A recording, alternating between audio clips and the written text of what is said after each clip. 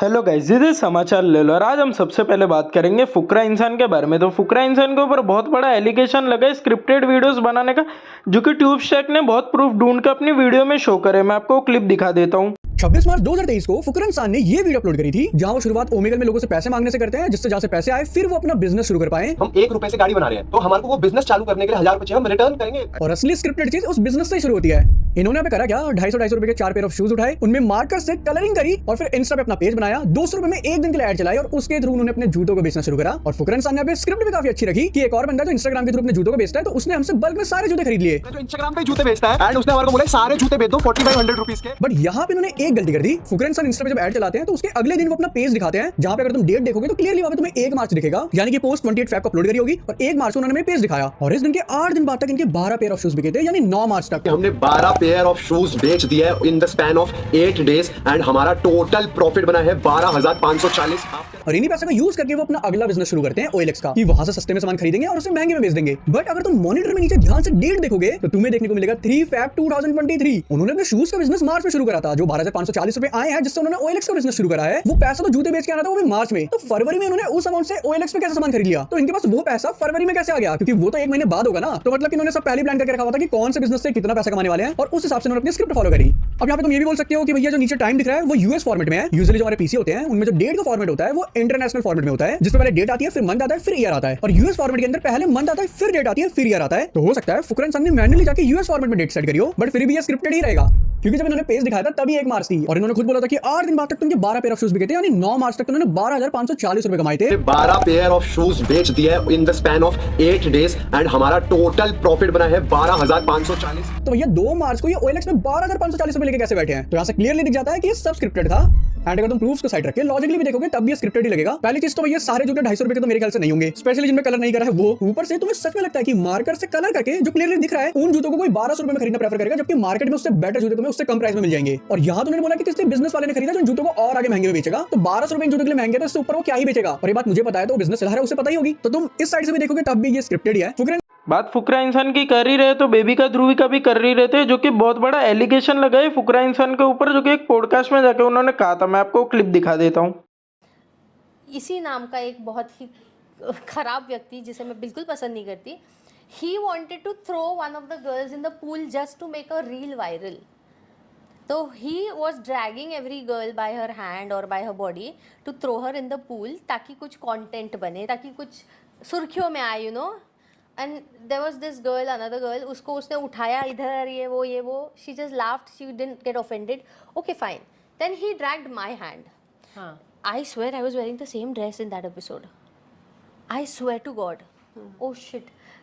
Why am I wearing the same dress? So he dragged me by my hand, and while he was dragging, he pulled my sleeve down. This sleeve. He pulled it this down. Oh God. 200 cameras, a guy is laughingly pulling my sleeve down. And that moment, within second, I yelled at him. Within that second, I yelled at him, "Have you lost your mind? What the hell are you doing?" And he just bit his tongue and he ऐसे करके, he was not guilty. He didn't say sorry. Even felt sorry. He didn't say sorry. He nothing. And there was Elvis sitting, and Elvis made a stern face, like, why is she yelling? Elvis didn't react on that. He didn't say कि भाई तू क्या कर रहा है? This is not the way you treat a woman. Or you cannot just pull people's clothes just to drag them somewhere. And इसके बाद हम बात करते हैं तान्या मित्तल के बारे में। तो तान्या मित्तल के ऊपर भी एक इन्फ्लुएंसर ने बहुत बड़ा फ्रॉड का एलिगेशन लगाया। मैं आपको उनकी भी रील दिखा देता हूँ। तान्या मित्तल की ये पैसों वाली बात सुन के मुझे भी कुछ याद आ गया। मैं भी ग्वालियर से हूँ और मैं एक इन्फ्लुएंसर हूँ, प्रमोशंस करती हूँ। तान्या मित्तल का स्टोर है ग्वालियर में, हैंडमेड लव बाय तान्या। वहाँ से मुझे कॉल आया था कि हम प्रमोशन करवाना चाहते हैं आपसे, तो आप प्लीज आइए और एक वीडियो बनाइए डेडिकेटेड। और उसमें बात हुई थी पेड की। जी हाँ, मैं पेड प्रमोशन ही करती हूँ। यहाँ पे वीडियो बनाई भी, वॉइस ओवर भी किया, पूरी डेडिकेशन से मैंने अपना काम किया।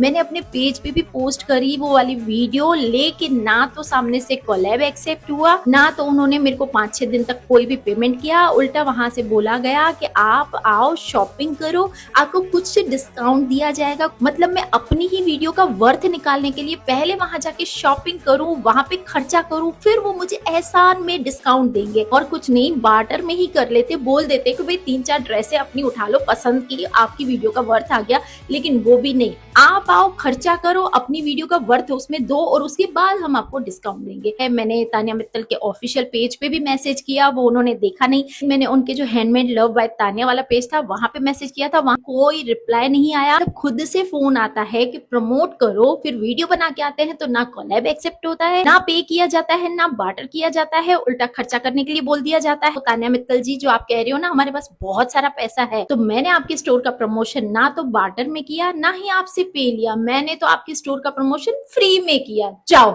आप भी खुश हो जाओ।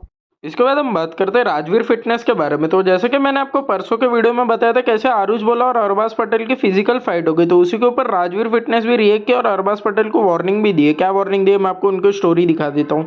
तो भाई एक शो की क्लिप देखी मैंने, उसमें हमारा छोटा भाई आरुष बोला, वो गया हुआ है, कोई नाम याद नहीं आ रहा मुझे बंदा जो है, तो उसमें एक लंबा सा लड़का है, अरबाज पटेल नाम है उसका, तो कुछ ज्यादा मतलब हाइट अच्छी है उसकी, तो उसे थोड़ा सा घमंड है हाइट का, लेकिन वो सारा घमंड उसने आरुष ने उतार दिया।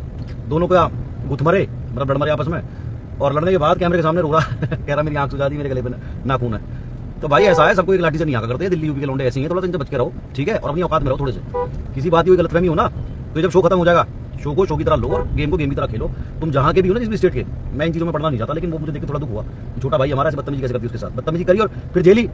लेकिन अगर कोई गलतफहमी दिमाग में हो, तो जब एक शो खत्म हो जाए तो मैं आरुष को लेकर तुम्हारे शहर आ जाऊंगा अकेले, और जितना तुम हवाबाजी दिखा रहे हो ना, दिखा रहे हो शो के अंदर, तुम्हारी गांड खत्म हो जाए, तुम्हारी माँ ने दूध पिलाया हो, तो उसके उंगली लगा लेना या बदतमीजी करके दिखा देना। तुम जिस भी शहर से, मुझे नहीं पता कौन से शहर से चूतिया, जिस भी शहर से, हम दोनों भाई 5.5 फीट के भाई, और तेरी माँ ने दूध पिलाया हो, फिर कह रहा हूँ बाहर निकलेगा तो देख लो वीडियो मेरी, उंगली लगा के दिखा दियो, बदतमीजी करके दिखा दियो, सारी हाइट पिछवाड़े में घुसा के मोर बना दिया जाएगा, कभी किसी घमंड में हो, ठीक है ना।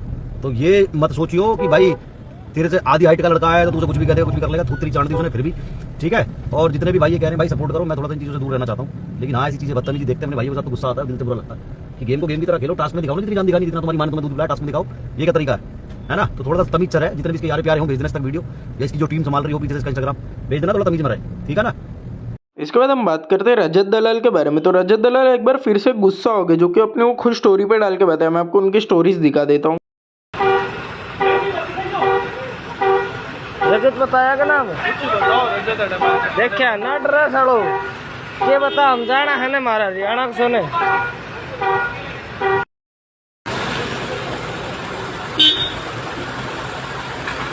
वो बहन को लंड हुआ था जी, रजत बताया इसका नाम, दिमाग के कही थी मैं, बहन का लंड पक्का आदमी है।